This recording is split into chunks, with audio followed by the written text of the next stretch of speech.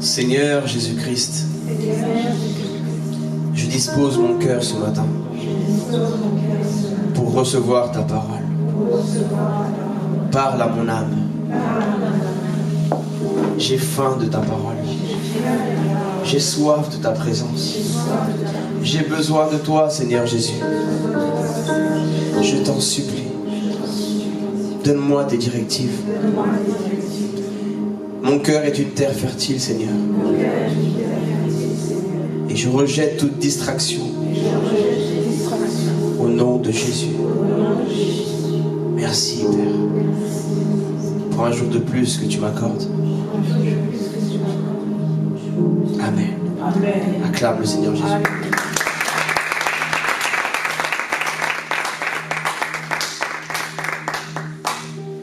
Le thème que le Seigneur m'a inspiré aujourd'hui, pour moi, est un thème très important. Très, très important, car c'est un thème qui est très combattu par le diable. Et nous savons que ce que le diable combat le plus, c'est ça où il faut s'intéresser. Parce que ça lui fait mal, ça le blesse, ça le dérange, ça l'énerve. Alléluia. Aujourd'hui, je voulais parler, ou le Seigneur veut que je parle, de l'importance du rôle de la femme dans les temps de la femme. Regarde ta voisine, ton voisin, et dis-lui, ton rôle est important pour les temps de la femme. Tu as un rôle à accomplir. J'aimerais que nous allions ensemble à la parole du Seigneur dans la première lettre des Corinthiens au chapitre 1, verset 26. Mes sœurs, notez bien ces versets. Aujourd'hui, c'est un enseignement. Aujourd'hui, c'est un enseignement que Dieu va nous donner. Le diable vous a menti pendant trop longtemps. Le diable a voulu vous tenir esclaves. Le diable a voulu fermer vos bouches. Le diable a voulu vous faire taire. Parce qu'il sait la puissance que vous avez en vous. Il connaît la puissance d'une femme qui se lève pour Jésus-Christ. Alléluia. Où êtes-vous, mes sœurs? Alléluia. Vous n'avez plus à avoir honte. Vous n'avez plus à avoir peur.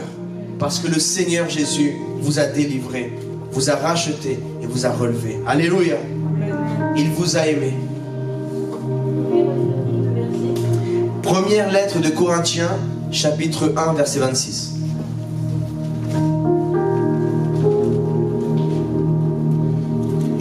Je lis la parole du Seigneur. Je crois que je vais prendre ça parce que je n'ai pas habitué à faire avec nous. Excusez-moi.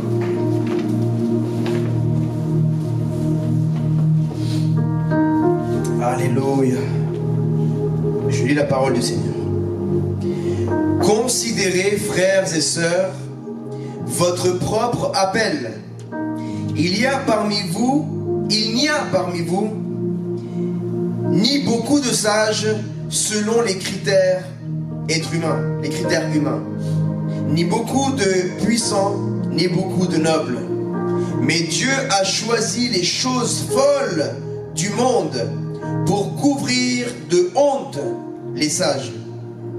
Et Dieu a choisi les choses faibles du monde pour couvrir de honte les fortes. Dieu a choisi les choses basses et méprisées du monde, celles qui ne sont rien, pour réduire à néant celles qui sont, afin que personne ne puisse faire le fier devant Dieu. C'est grâce à lui que vous êtes en Jésus-Christ, lui qui est devenu par la volonté de Dieu notre sagesse, notre justice, la source de notre sainteté et notre libérateur. Amen. Acclamons la parole du Seigneur, frères et sœurs. Cette lettre, c'est l'apôtre Paul qui l'a écrite aux Corinthiens, inspiré par le Saint-Esprit. Le même apôtre Paul qui, dans une seule de ses cartes, a envoyé à des chrétiens dans une ville bien précise, où il y avait un contexte bien précis, où il a parlé de la femme.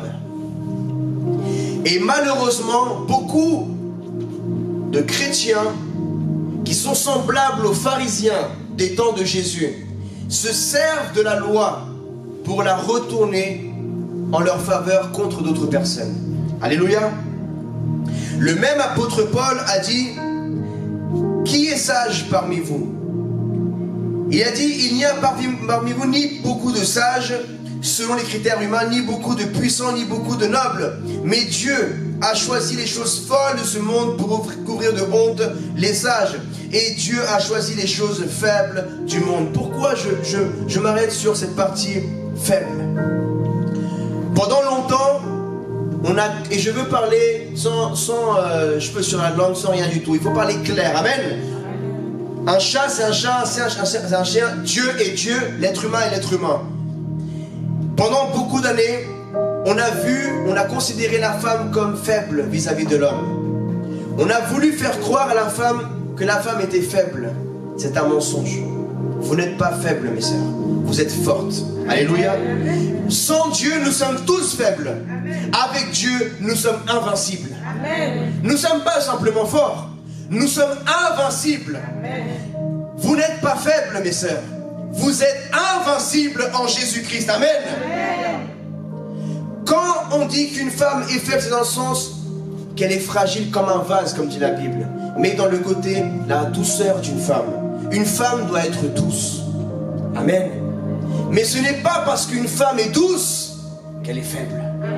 Amen. Ce n'est pas parce qu'une femme est douce comme un vase fragile qu'elle est fragile. Elle décide de se rendre fragile devant le Seigneur par humilité. Mais malheureusement, l'être humain confond l'humilité avec la faiblesse. Hommes et femmes, entre femmes, vous avez ce même problème. Entre hommes, nous avons ce même problème. Dès qu'un homme verse une larme, il dit il est faible. Est-ce que le fait que tu verses une larme devant le Seigneur fait de toi quelqu'un de plus faible? Non. Ça fait de toi quelqu'un qui reconnaît ta faiblesse devant Dieu. Que sans Dieu, nous ne sommes rien. Homme comme femme. Une femme et un homme peuvent pleurer devant le Seigneur. Et ça ne veut pas dire que tu seras plus faible que quelqu'un d'autre. Ça veut dire simplement que tu reconnais que tu es pécheur, que tu es pécheresse. Tu es reconnaissante envers le cadeau merveilleux que Dieu t'a accordé. Le pardon. Et une nouvelle vie en Jésus-Christ. Comme cette femme qui, quand elle avait commis un péché que tous ces pharisiens avaient peut-être même sûrement déjà commis. Parce que comment sait-il? Il y a beaucoup de prédicateurs qui lèvent la lumière sur ce passage historique. Lorsqu'ils ramènent la femme prostituée devant Jésus, ils veulent la lapider. Alors il faut savoir qu'à l'époque, il n'y avait pas de fenêtre dans les maisons. La question est de savoir comment ces pharisiens ont su que cette femme était en train de commettre l'adultère. Peut-être l'homme avec qui elle commettait l'adultère a dit aux pharisiens. Peut-être même que ces hommes qui étaient comme un sépulcre blanchi, mais pervertis à l'intérieur, étaient des personnes curieuses qui allaient voir dans les maisons pour voir ce qu'il se passait. Mais eux-mêmes ont montré par là la perversion de leur cœur et la méchanceté. Parce que ce qu'ils ont reproché à cette femme, c'est exactement ce que eux-mêmes étaient en train de vivre, sauf que personne ne le savait. Et ils ont voulu lapider cette femme selon ce que disait la loi. Et c'était vrai. Mais là, Jésus a ramené une nouvelle révélation. Et elle a été plus forte que la loi elle-même. Parce que tous ces pharisiens, tous ces scribes, n'ont même pas pu s'appuyer sur la loi de la Torah pour lapider cette femme. Et la révélation que Jésus leur a apportée, ce réma, parce que eux ils se sont appuyés sur le logos, mais Jésus leur a donné un réma, et face au réma, ils n'ont rien pu faire. Amen. Ils ont dit, celui d'entre vous, tous vous les scribes que vous connaissez très bien la loi, qui n'ait jamais commis un seul péché, lui jette la première pierre. Et ils ont analysé cette pensée qui vient de Dieu face au logos qu'ils avaient lu dans la loi de Moïse, et ils se sont sentis accusés eux-mêmes. nous voyons que lorsque nous lisons la Bible, nous ne devons pas la lire aveuglément. Nous devons la lire par le Saint-Esprit de Dieu. Amen. De la même façon qu'un jour vous étiez enfant, maintenant vous êtes adulte. Des choses ont changé dans votre vie. Vous avez changé. Le monde dans lequel on vit, nous ne devons jamais nous accommoder au péché. Quand nous disons que nous évoluons, ce n'est pas dans le péché, mais il est vrai que le monde a évolué. Au temps de Jésus, et je vous parle, je suis heureux d'être en Guadeloupe. Parce que mon pays d'origine, moi, d'abord, le sang que nous avons, c'est le sang de Jésus. Amen. En Jésus, il n'y a plus de juifs, ni de grecs, il n'y a plus de blancs, de noirs. Mais nous venons de la Colombie, avec le pasteur Carlos, donc c'est pas très loin. Ce que vous avez vécu aux Caraïbes, nous l'avons vécu en Amérique du Sud. Nous avons vécu l'esclavage. Nous avons vécu l'esclavage. Les Indiens d'Amérique ont vécu les viols, l'esclavage. Et nous sommes mélangés en nous. Vous avez vécu cela aussi. Alléluia. Mais le Seigneur a restauré. Il fut un temps où même chez les Juifs, c'était normal d'avoir un esclave. Là, je touche des points sensibles parce qu'il faut parler de la vérité. Amen. Il fut un temps où même l'apôtre Paul, même les prophètes, même Abraham avait des esclaves. Est-ce qu'aujourd'hui, le même homme qui vient te dire à toi, ma soeur, la femme ne prêche pas dans ce terre, ce même homme va dire quoi face à la Bible lorsqu'elle dit Abraham avait un esclave? Est-ce qu'il va dire, ok, il est encore permis d'avoir un esclave? Comment cet homme-là peut réagir? Il est un pharisien en lui-même. Parce que la Bible nous dit que à l'époque, les gens avaient des serviteurs et des esclaves. Parce que c'était des temps d'ignorance. Dis avec moi, ignorance. L'ignorance de l'homme a fait faire des choses à l'homme. Dieu n'a jamais demandé ça. Ce n'est pas parce que Dieu permet des choses que c'est la volonté de Dieu. Et aujourd'hui, l'esclavage a été aboli par les mêmes propres païens qui aujourd'hui ont commis l'esclavage. Je ne veux pas parler de l'homme blanc ou de l'homme noir parce que même entre nous, entre peuples africains, indiens, même entre blancs, ils s'esclavisaient entre eux. D'ailleurs, le mot esclave vient du mot slave. Ça vient d'Europe de l'Est. Avant d'arriver en Afrique, avant d'arriver en Amérique latine, avant d'arriver... L'esclavage existait déjà chez l'homme blanc en Europe, dans l'Empire romain. Et lorsqu'il battait un peuple, il se rendait esclave entre eux. Il tuait les hommes, il prenait les femmes esclaves, il les violait et il faisait ce qu'il voulait à travers la force. Il se basait sur la force et la faiblesse charnelle. Pourquoi je parle de ça? Parce qu'aujourd'hui, il y a des choses qui ont évolué dans la société. Et je ne parle pas du péché, je parle dans la façon de voir le monde dans lequel nous vivons. Aujourd'hui, même dans les milieux non croyants, il y a des métiers qu'une femme peut exercer, qu'autrefois, elle ne pouvait pas exercer.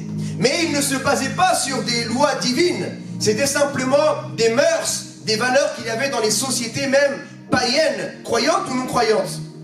Alors si l'homme sans Dieu, l'homme ignorant de la connaissance de Dieu, a réussi à avoir cette connaissance de redonner la resplendeur à la femme, de permettre à la femme de s'épanouir, elle a la même capacité intellectuelle que l'homme, elle a le même amour que l'homme, elle a la même capacité d'enseigner, d'apprendre. Si même les gens du monde l'ont compris et permettent que des femmes soient dans la politique, et permettre que des femmes maintenant enseignent à l'école, et permettre que des femmes puissent travailler maintenant. Il y a des femmes en France qui travaillent dans la construction, ils sont dans la peinture. Il y a des femmes maintenant qui sont bergères, qui sont dans l'agriculture. Si même le monde, sans la connaissance divine, comprend ces choses-là, combien plus forte raison nous dans l'église de Christ, le corps du Christ, nous devons cesser cette ignorance de dire à une femme, tu ne sers qu'à faire à manger et qu'à rester à la maison et te taire. Dis avec moi, c'est un mensonge du diable. Le diable ne veut que te mentir. Le diable t'attaque dans tes pensées.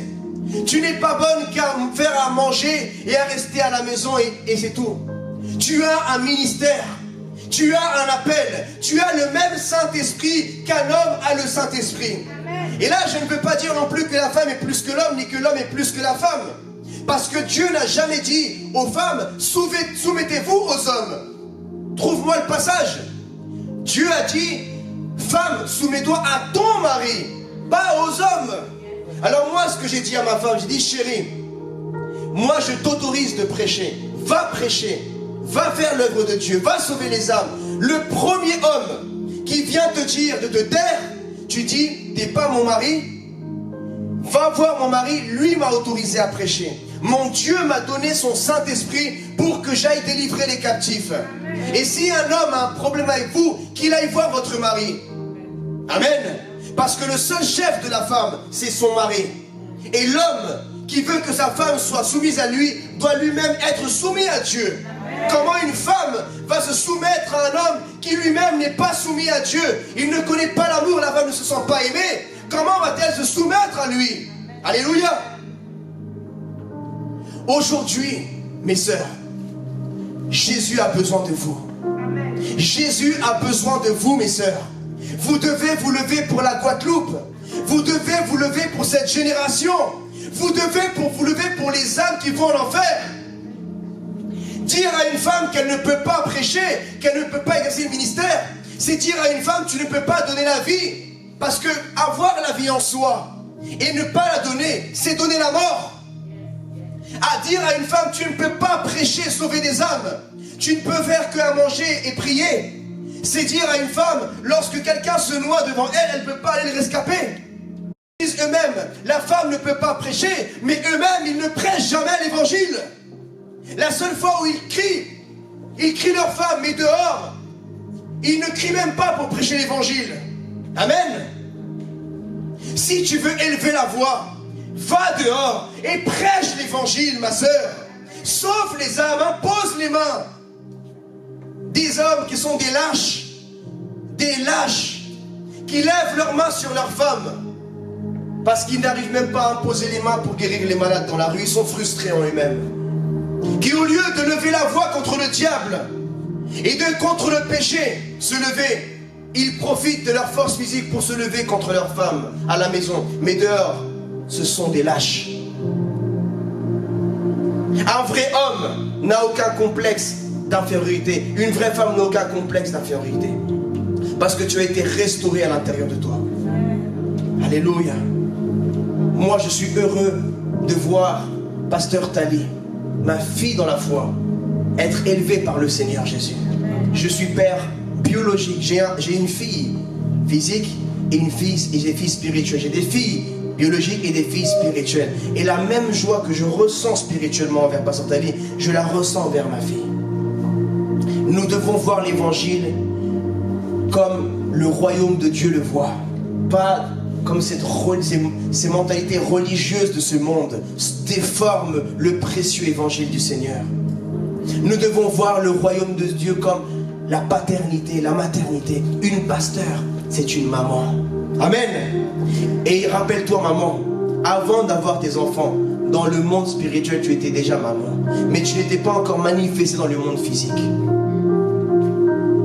Quand Dieu t'appelle, tu dois développer en toi le cœur de bergère.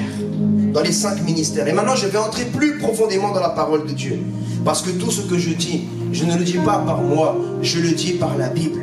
Allons ensemble au livre de Juges, chapitre 4, verset 4. Notez bien, mes sœurs, vous en aurez besoin de ces versets. Parce que comment Jésus a répondu à Satan dans le désert? Par la parole de Dieu. Amen. Le Seigneur Jésus a fermé la bouche au diable par la parole de Dieu.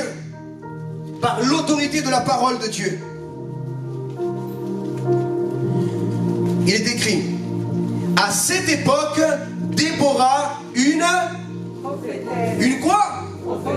Mariée à un certain Lapido, était juge en Israël. Point. Ça veut dire qu'elle était juge et en plus prophète, et son mari il faisait rien. Son mari il n'était ni juge ni prophète. Or, aux temps anciens, une juge était un métier d'homme. Tu ne verras d'ici des siècles en arrière il n'y a aucun juge femme, c'était des hommes. Mais pourtant, Dieu a appelé, même des siècles avant Jésus-Christ, une femme à être juge en Israël. Une juge des hommes. Imagine-toi, Dieu a fait qu'une femme juge un homme. Et elle était prophétesse. Mais attendez, ça ne vous dit rien, prophète? Ce n'est pas un des 5 ministères? Est-ce que Dieu s'est trompé? Mes sœurs, où êtes-vous? Réveillez-vous. Est-ce que Dieu s'est trompé? Non. Est-ce que Dieu s'est trompé sur toi, ma sœur? Non. Si, dans l'Ancien Testament, avant la venue du Messie, on dit que les 5 ministères existent après le Messie. Mais il existait déjà avant. Parce que prophète fait partie des 5 ministères. Amen. Donc si Dieu a appelé prophète et juge une femme, Dieu avait donné un ministère à une femme. Amen. La femme Déborah. Les 5 ministères n'existaient pas dans l'Ancien Testament. Pourquoi était-elle prophète et juge en Israël? Actes des Apôtres, chapitre 2, verset 16. Mais maintenant se réalise ce qu'a dit le prophète Joël. Dans les derniers jours. Quand? Pourquoi il dit dans les derniers jours? Parce qu'ils étaient ignorants. Et vers les derniers jours, Dieu déversera sa connaissance divine sur la terre. Bon peuple périt par manque de connaissance, dit la Bible, non? Ça veut dire qu'avant, le peuple, l'humanité périssait par manque de connaissance. Mais après, il n'y avait plus le manque de connaissance. Alors ils avaient la connaissance de Dieu. Mais comme dit la parole de Dieu, et tu seras libre, la vérité te fera libre. Il ne te fera plus esclave, elle te fera libre. Alléluia. Et tu peux être libre en tant que femme, en tant qu'homme, en accord avec la parole de Dieu. Parce que de la même façon qu'une femme doit être soumise, un homme doit être soumis à l'autorité aussi. Amen. Il n'y a pas que les femmes qui doivent être soumises aux autorités. L'homme aussi doit être soumis à l'autorité. Et dit la Bible, la parole de Dieu, dans les derniers jours, dit Dieu, je déverserai de mon esprit sur tout être humain, toute chair. Est-ce qu'il a dit je déverserai mon esprit que sur les hommes? Est-ce qu'il a dit que sur les femmes? Frères et sœurs, écoutez-moi bien, le machisme c'est pas de Dieu. Et le féminisme non plus. Amen. Ni le féminisme, ni le machisme. Parce que la femme n'est pas plus que l'homme et l'homme n'est pas plus que la femme. Amen. Il dit, vos fils, que vos fils ou vos filles aussi, dit la Bible, vos filles aussi. Vos fils et vos filles prophétiseront, vos jeunes gens auront des visions et vos vieillards auront des rêves. Oui, dit la Bible, oui, sur mes serviteurs et sur mes servantes. Dieu n'a pas oublié les femmes, alléluia. Dieu ne t'a pas oublié, ma sœur. Le Père n'oublie pas ses filles. Je peux être partout dans le monde, je n'oublie jamais ma fille. Je pense à ma fille. Si j'avais un cadeau à mon fils, je pense à acheter un cadeau aussi à ma fille. Pourquoi vais-je privilégier plus mon fils que ma fille? Son esprit est pour ses filles et ses fils, pour les hommes et pour les femmes. Le ministère, c'est pour les hommes et pour les femmes. L'obéissance, c'est pour les hommes et pour les femmes. La soumission, c'est pour les hommes et pour les femmes. Alléluia. Jésus à la croix n'est pas mort que pour les hommes. Il est mort aussi et ressuscité pour les femmes. Quand Jésus est ressuscité, il ne s'est pas apparu qu'à des hommes. Il s'est apparu aussi à des femmes. Et est-ce qu'elles se sont fermées leur bouche? Non, elles ont couru et elles ont dit à tout le monde ce qu'elles avaient vu et entendu. Jésus est ressuscité. Et si ces femmes l'ont fait il y a 2000 ans, tu dois le faire dans les temps de la fin. C'est ton devoir, c'est ta responsabilité de fille. Car lorsque tu es fille, tu es responsable des biens de ton père. C'est ton devoir, tu dois le faire. C'est pas quand tu veux, quand tu as le temps, c'est ton devoir. Les âmes qui vont en enfer, c'est ta responsabilité. Tu auras des comptes à rendre, que tu sois un homme ou que tu sois une femme. Un couple, un foyer, c'est pas que l'homme, c'est pas que la femme. Un homme peut détruire son foyer, une femme peut détruire son foyer. Mais s'il y en a un qui s'accroche, il peut encore avoir la possibilité qu'il y ait la repentance dans le cœur de l'autre. Mais quand il y a l'harmonie, c'est quand les deux ont la même vision, le même esprit. Amen. Les deux. L'homme a un grand rôle à jouer, mais la femme a un aussi grand rôle à jouer dans les temps de la fin, autant que l'homme. Parce que le rôle de l'homme, c'est aussi de restaurer la femme. Et moi, c'est mon appel, en tant qu'homme. En tant qu'homme. Que a dit Dieu à un prophète? Il a dit, je t'envoie vers des gens durs de front, mais je rendrai ton front plus dur que le leur. Amen. Galates chapitre 3 verset 26. Avant de lire ce passage, le passage que nous venons de lire est une prophétie. Le livre de Joël a été écrit plusieurs siècles avant la venue de Jésus. Et Dieu, cette prophétie l'a accomplie dans Actes des Apôtres, le jour de la Pentecôte. L'Esprit de Dieu est tombé sur des hommes et sur des femmes. Mais c'est quoi un ministère en fait? Parce qu'aujourd'hui les gens parlent de ministère, un homme ministère, une femme ministère. C'est quoi un ministère? Ça veut dire en grec servir. Et la Bible va plus loin. Avant d'aller à Galates, excusez-moi, j'aimerais aller à 2 Corinthiens. 2 Corinthiens chapitre 5 verset 17. Notez la parole de Dieu mes sœurs, mes frères. C'est un enseignement aujourd'hui. C'est un enseignement. Que dit la parole de Dieu dans 2 Corinthiens chapitre 5 verset 17. Je lis la parole de Dieu. Si quelqu'un est en Christ, si quelqu'un est en qui? En Christ. Il est une nouvelle créature. Les choses anciennes sont passées. Voici toutes choses sont devenues. La mentalité médiocre, ignorante, passée est finie en Jésus-Christ. La mentalité est renouvelée en Jésus. Amen. En tant qu'homme et en tant que femme, ta l'ancienne mentalité mondaine de voir les femmes est renouvelée en Jésus. Alléluia. Ta ancienne mentalité de voir les hommes avant Jésus est renouvelée aussi au nom de Jésus. Amen. Lorsque tu pensais en tant que femme, tous les hommes sont pareils, tous les hommes c'est des infidèles, tous les hommes c'est des machos, tous les hommes, c'est faux ma soeur. Ça c'est ton ancienne mentalité. Il reste encore 7000 hommes qui n'ont pas plié genoux devant Baal. Amen. La mentalité de la femme, dire non, les femmes c'est tous les mêmes, elles pensent qu'à l'argent, elles pensent qu'à mal parler des gens, elles sont comme ça les femmes. C'est faux, c'est un mensonge d'une mentalité de Babylone, d'Égypte.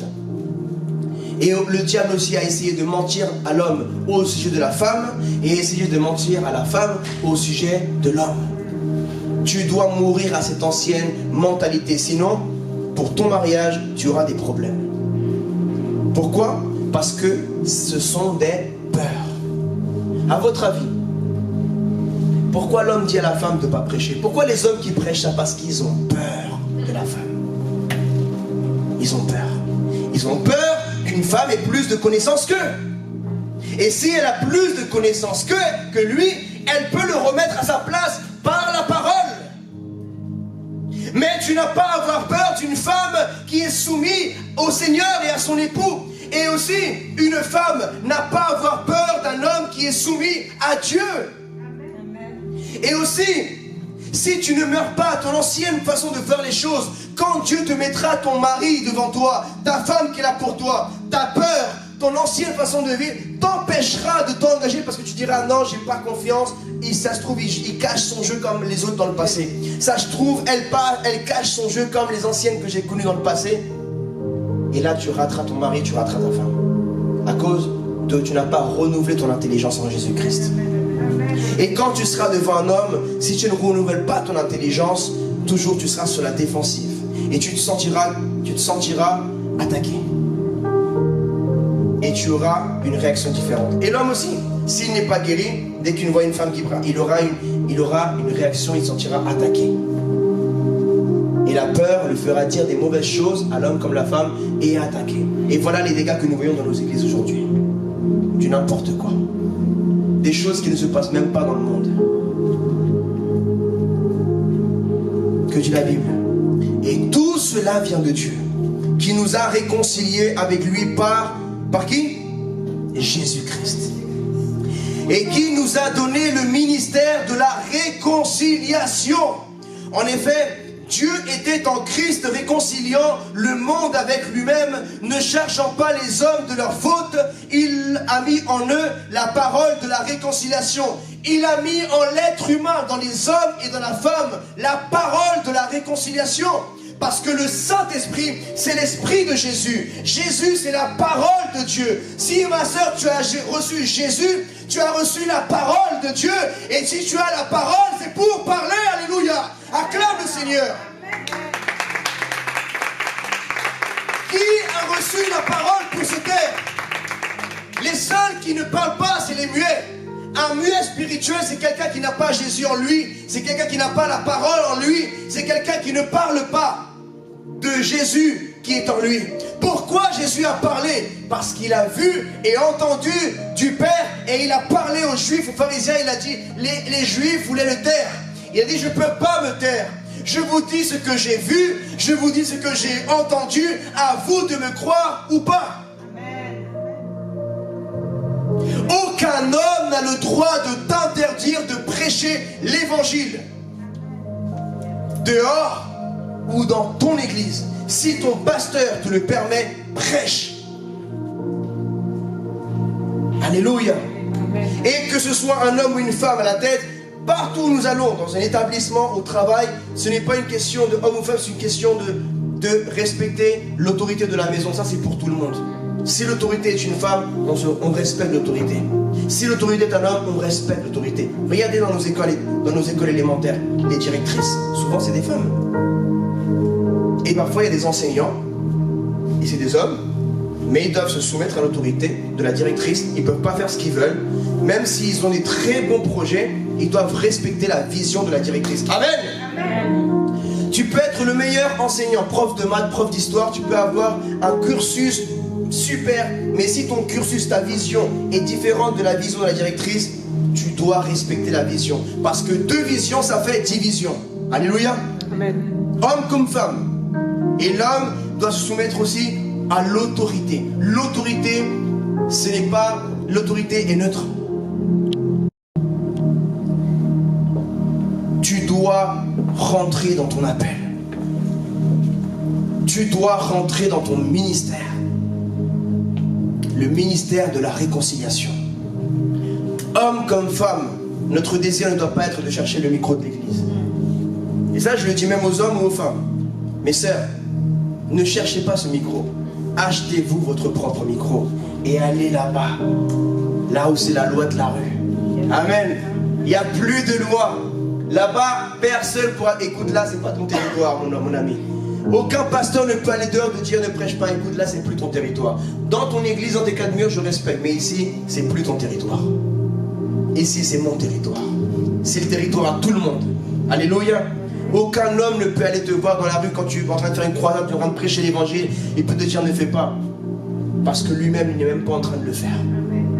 Et s'il a pris le temps de venir te voir, te causer des problèmes, ça veut dire qu'il a privilégié cette vanité, plutôt que de passer lui-même du temps avec Jésus dans la prière, de lire la... Ce temps qu'il est parti te déranger là, les paroles qu'il a gaspillées, la salive qu'il a gaspillée, te dire des bêtises, de l'ignorance, il aurait pu utiliser cette salive pour aller gagner une âme. Il aurait pu utiliser ce temps pour aller réconcilier une âme, donner à manger aux pauvres, mais il ne l'a pas fait. Parce que les plus grands pharisiens n'aident pas les pauvres, ne font rien. Ils critiquent les gens qui marchent, eux-mêmes sont assis, et ils critiquent. Mais ils ne sont pas prêts à mettre les chaussures que nous portons.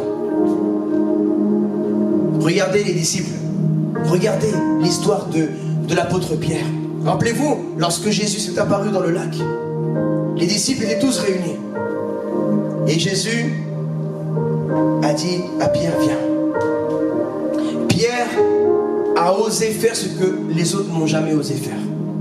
Il a osé croire, obéir.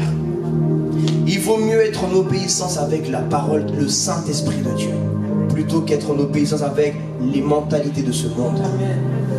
Suivre le mouvement de ce monde, non. Suivez le mouvement du Saint-Esprit. Alléluia. Suis le mouvement du Saint-Esprit. Ne suis pas le prédicateur du moment. Ne suis pas elle passera la prédicatrice du moment. Le prédicateur du moment passera, mais l'Esprit de Dieu, la parole de Dieu ne passera jamais. L'apôtre Pierre avait un choix à faire. Tous ses disciples on dit non. Oui, c'est Jésus, d'accord, c'est bon, on l'a bien regardé, c'est Jésus. Mais Pierre, Jésus, il peut faire ça pour toi. Et Pierre, il dit, écoutez les mecs, je sais qu'on nous a appris, ce monde nous a appris, la science nous a appris qu'on ne peut pas marcher, c'est vrai, je suis d'accord avec vous, il y a la loi de la gravité. Mais je sens que c'est Dieu là.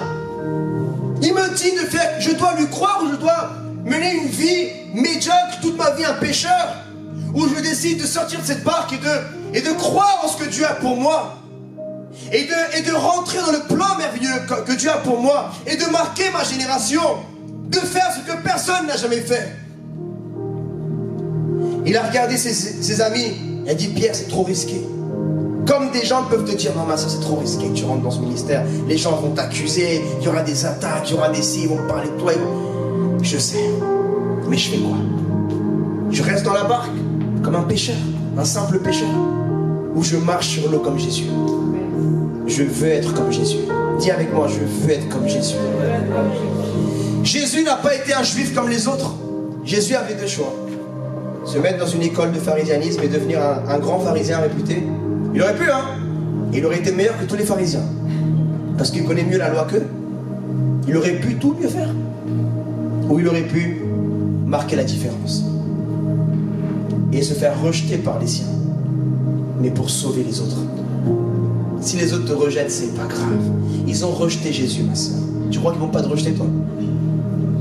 Et même entre eux, ils se rejettent, les pharisiens. Même entre eux, ils se rejettent. Même entre eux, ils se font du mal. Sors de là. Sors du pharisianisme, mon frère, ma soeur. Ne reste pas là. Fuis cette barque. Vous savez quoi? L'apôtre Pierre est le seul de tous les disciples, même de tous les chrétiens jusqu'à aujourd'hui, je ne crois pas, un autre a marché sur l'eau comme lui. Parce qu'il a cru. Et il leur a dit, écoutez les mecs, vous avez pris votre décision, vous voulez rester dans le moule, ok, je respecte, c'est vous. Mais moi, j'en ai marre. Moi, je ne veux plus être limité dans ma vie, je veux être dans le plan de Dieu. Et si Dieu m'appelle, je vais répondre à l'appel. Si vous voulez rater votre appel, c'est votre problème, je vous respecte, chacun son choix. Mais moi, je fais le choix de répondre à l'appel de Dieu. Et les autres lui disaient, non, pauvre Pierre, c'est trop risqué, tu fous ta vie en l'air, pense aux autres, pense. J'ai pris mon choix, fait ma décision. Et il a mis son pied, et bam, il a marché sur la parole de Dieu, sur l'appel de Dieu. Il a marché sur l'appel de Jésus. Jésus t'appelle aujourd'hui. Dis à ton voisin, ta voisine, Jésus t'appelle. Réponds à l'appel de Jésus. Peu importe ce que les gens diront. Ce qui importe, c'est que Jésus dira. Alléluia, acclame le Seigneur. Ce qui importe, c'est ce que Jésus dira. Je m'en fiche ce que tu penses de moi. Je m'en fiche ce que tu dis de moi. Ce qui m'intéresse, c'est ce que Jésus pense de moi. Quand je vais mourir, toi qui parles mal de moi, tu ne pourras pas m'empêcher de mourir. Tu ne pourras rien pour moi. Quand je serai devant Dieu, tu ne seras pas là pour me défendre. Peut-être même tu vas m'accuser avec le diable. Mais moi, il n'y aura que Jésus devant moi. Et je m'inquiète que ce que Jésus pense de moi. L'apôtre Pierre a marché sur l'eau, il marchait, il regardait à Jésus, mais après, il s'est laissé déstabiliser. Qu'est-ce qui a fait couler l'apôtre Pierre? Il s'est laissé déstabiliser. Dis à ton voisin, ne te laisse pas déstabiliser. Ne doute pas de l'appel de Dieu dans ta vie. Et il aurait pu arriver à Jésus s'il aurait continué à écouter la voix de Jésus, non pas écouter la voix des disciples qui lui dit, reviens Pierre, c'est trop dangereux, il y a une vague qui arrive vers toi, il y a ci, il y a ça. Au lieu d'écouter la voix de Jésus, il a commencé à écouter le bruit peut-être des tempêtes, à écouter le bruit de l'eau qui bougeait, à regarder, au lieu de regarder à Jésus et de regarder l'appel, la mission que Dieu t'a mis, il a commencé à regarder à droite et à gauche. Ne regarde ni à gauche ni à droite. Lève tes yeux vers le ciel. Ne te dévie pas. Dieu t'a appelé, tu fais ce que Jésus t'a demandé de faire jusqu'à ton dernier souffle. Ce monde n'est qu'une vanité, mes frères et sœurs. Ce monde n'est qu'un mensonge. Avoir un grand ministère, c'est faire ce que Dieu te demande de faire. Peut-être Dieu te demande de te lancer vers les orphelins, vers les personnes démunies, vers les SDF, vers les prisonniers, vers les malades, vers les personnes handicapées. Dieu, fais ce que Dieu te demande de faire, parce que Dieu n'a pas demandé à Moïse de construire une arche. Dieu n'a pas demandé à Salomon de donner sa vie à la croix. Dieu n'a pas demandé à Abraham d'ouvrir la mer en deux. Ça veut dire que toi, tu dois chercher ce que Dieu a pour toi. Si tu es appelé dans le ministère évangéliste, enseignant, prophète, pasteur, apôtre même. Parce qu'en Jésus, il n'y a ni homme ni femme. C'est l'Esprit de Dieu. Il n'y a ni esclave ni libre. Il n'y a ni juif ni grec. Nous sommes tous égaux. En Jésus-Christ. Alors, pourquoi j'ai parlé de Pierre? Je vais en revenir aux pharisiens qui te jugent parce que tu commets des erreurs. Oui, on commettra tous des erreurs. Le seul qui ne commet pas d'erreur, c'est celui qui fait rien. Ça, c'est vrai. Alors, là, je te l'accorde. Il y en a qui peuvent me dire, écoute, j'ai jamais commis d'erreur, c'est normal, t'as jamais rien fait. T'es resté dans le moule. T'avais peur. T'as jamais rien fait. T'as jamais rien fait. Qu'est-ce que t'as accompli? T'as rien accompli. On dit quoi? Les actes des apôtres, n'est-ce pas? On ne dit pas les paroles des apôtres. Parce que c'est les actes qui comptent. Jésus, il a changé l'humanité parce qu'il a agi. Il est venu faire à la croix ce que personne n'osait faire. Alléluia. Oui, Pierre s'est laissé déstabiliser, il a douté et il a coulé.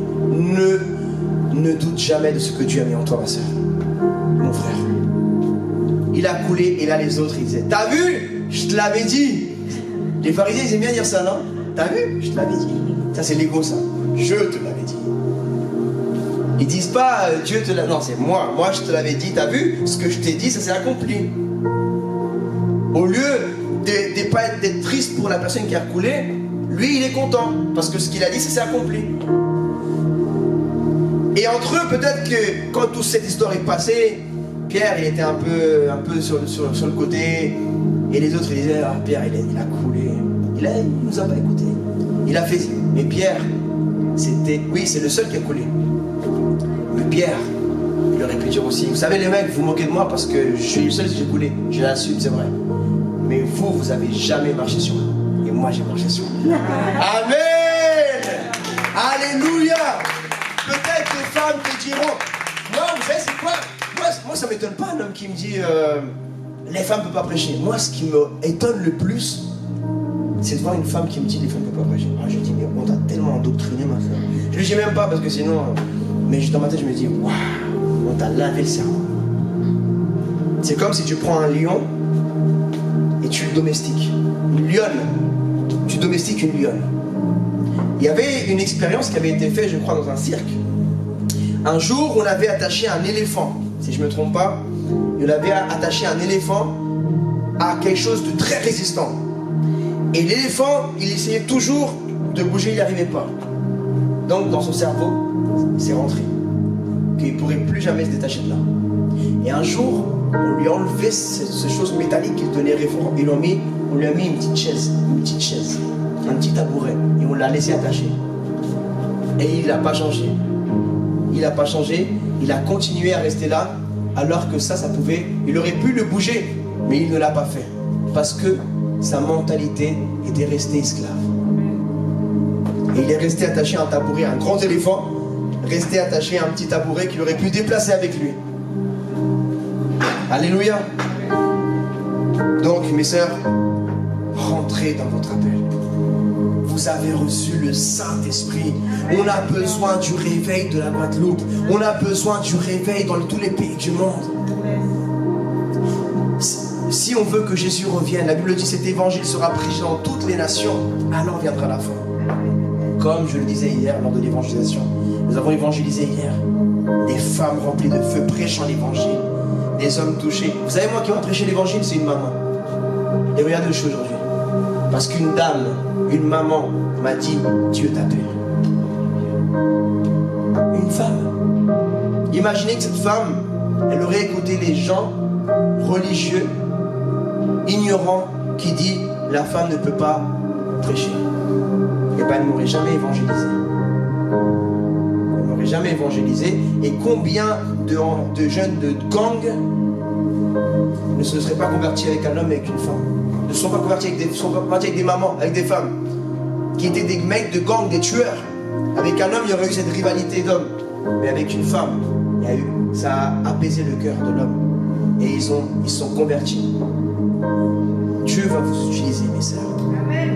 Je déclare au nom de Jésus. Amen, amen, amen. Agissez avec des cœurs de maman.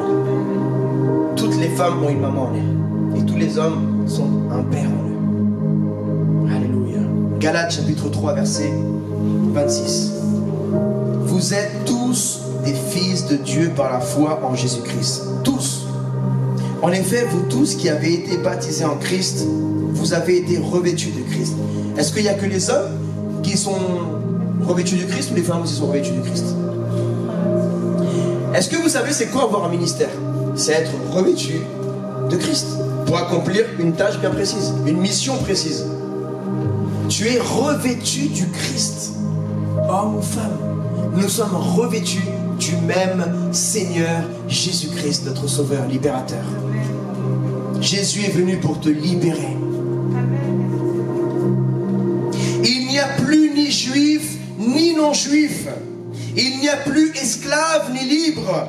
Il n'y a plus ni homme ni femme. Il n'y a plus quoi? Ni homme ni femme. Est-ce que c'est moi qui le dis ou c'est la Bible? Et c'est qui a écrit ça? C'est l'apôtre Paul. Le même qui a dit, parce qu'il y avait un contexte. Dis avec moi, il y avait un contexte. Un texte pris hors contexte est un prétexte. Tu peux faire tous les prétextes si tu prends un contexte hors contexte. Vous savez que ce que certaines personnes mal intentionnées ils disent de Jésus, ils prennent un petit texte hors contexte et ils disent, quand Jésus a dit, je suis venu non pas apporter la paix mais l'épée. Alors là, ils prennent ce petit passage et ils disent, voyez votre Jésus là, il n'est pas venu apporter la paix, il est venu apporter l'épée. Mais c'est des personnes mal intentionnées parce qu'il parlait de la parole de Dieu. L'épée, c'est la parole de Dieu.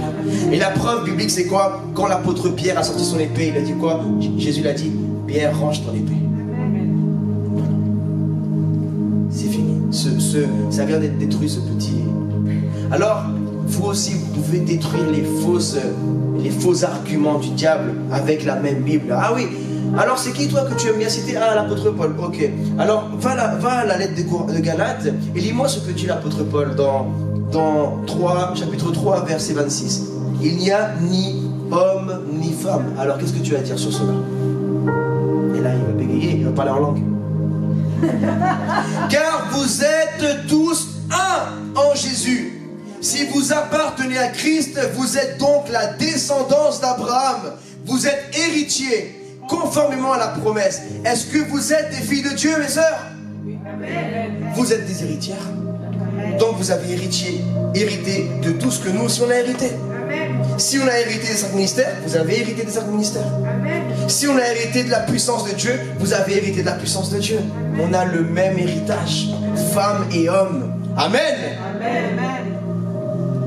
Qui a mangé le fruit? Adam ou Ève d'abord? Ève. Et pourtant, Adam aussi, il a pris. Et pourtant, la punition a été aussi vers Adam, vers l'homme, vers Adam et Ève. Et les deux, ils avaient un autre revêtement. Ils avaient le revêtement glorieux. Et vous savez que ce qu'on a, c'est une nouvelle tunique. Et ça, c'est une autre prédication. Pasteur Carlos pourra vous en parler avec plus de profondeur. Ça, ce que nous avons, c'est le revêtement adamique. Ça, la peau là, c'est un revêtement. Avant de pécher, on n'avait pas cette peau. Avant de pécher, on mangeait que des fruits, on mangeait même pas les viandes, parce que pour manger la viande, il fallait tuer un animal. Et la mort n'existait pas dans le monde. Là, nous sommes revêtus d'une chair qui te dit, toi tu es femme, toi tu es homme. Mais dans les corps glorieux, il n'y a ni homme ni femme. Regardez ce qu'ils ont dit les pharisiens à Jésus. Ils voulaient le piéger. Ils ont dit, disons qu'un homme avait une femme. L'homme meurt, elle se remarie avec un autre homme. L'autre meurt dans le paradis. À qui appartiendra cette femme? Au premier mari ou au deuxième mari? Alors nous, on aurait été en train de transpirer. Mais Jésus, il a dit, tu vas me la faire à moi, c'est moi que je t'ai créé, tu vas me la faire à moi. Il a dit, dans le ciel, nous serons tous comme des anges. Les femmes ne prendront pas d'hommes et les hommes ne prendront pas de femmes. Tout qu'on est en train de parler ce matin, c'est la connaissance de Dieu, la révélation. Les mystères qu'il a cachés aux orgueilleux, il les a révélés aux humbles. Amen. Les femmes aussi ont été revêtues du Christ. Parce que nous avons été couverts de notre honte. Nous avons été couverts de notre honte en Adam. Jésus t'a enlevé ta honte que tu avais autrefois. Tu ne dois plus avoir honte, ma sœur. Avant, une femme avait honte de prêcher devant certains hommes. Tu n'as plus à avoir honte. Tu n'as plus à être fier de ton revêtement en Jésus-Christ. Amen. Tu dois être fier. Quand tu portes ton Louis Vuitton, là, ton Michael Kors, tu es fier, hein? Pourquoi tu es plus fier de porter un beau sac à main, un beau vêtement, des beaux talons? Tu es plus fier de porter ça et là tu passes devant un homme comme ça, là. Et quand tu es revêtu du Christ, là tu parles pas en tapant la démarche, tu vois, mais tu es timide, tu as peur. Parce que tu as peur du jugement de l'autre, n'aie plus peur. Si tu veux avoir peur, la crainte de Dieu plutôt. Et la crainte de Dieu. Oui, de lui tu dois avoir peur du Seigneur. Parce que même le diable il tremble devant Dieu. Amen. Une femme peut-elle...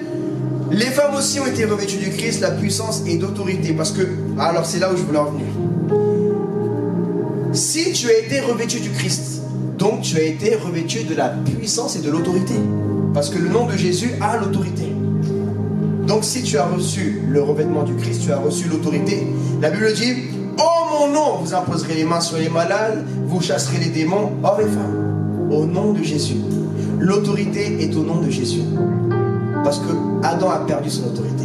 L'homme, il a perdu l'autorité quand il a donné l'autorité au serpent. Et maintenant, quand il nous a restitué l'autorité, c'est Jésus qui a l'autorité, c'est plus nous.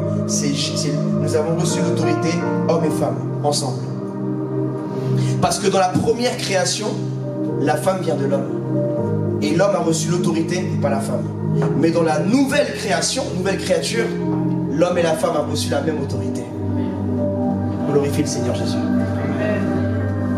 Acclame-le. Il a restitué ce qu'il t'a volé. En Jésus, ce n'est plus l'homme qui a reçu l'autorité, c'est l'homme et la femme. Parce que nous sommes tous deux revêtus de Christ. Le deuxième Adam. Question pour un champion. Une femme peut-elle être une servante de Dieu consacrée au ministère? À votre avis? C'est chose qu'on parle là. Il y en a, ils nous auraient crucifiés là, ils nous auraient lapidés là, s'ils auraient entendu ça. Amen. La réponse est oui. Pourquoi? Parce que la Bible dit, car Déborah était prophétesse qui fait partie d'un des 5 ministères. Donc une femme peut être consacrée. Qui a consacré la prophétesse Déborah?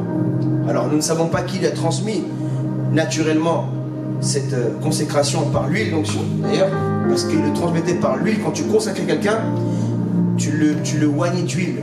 Quand il y avait une consécration sacerdotale, royale de Dieu, il y avait forcément une consécration. Un homme a dû transmettre, un être humain, Dieu par l'intermédiaire d'un être humain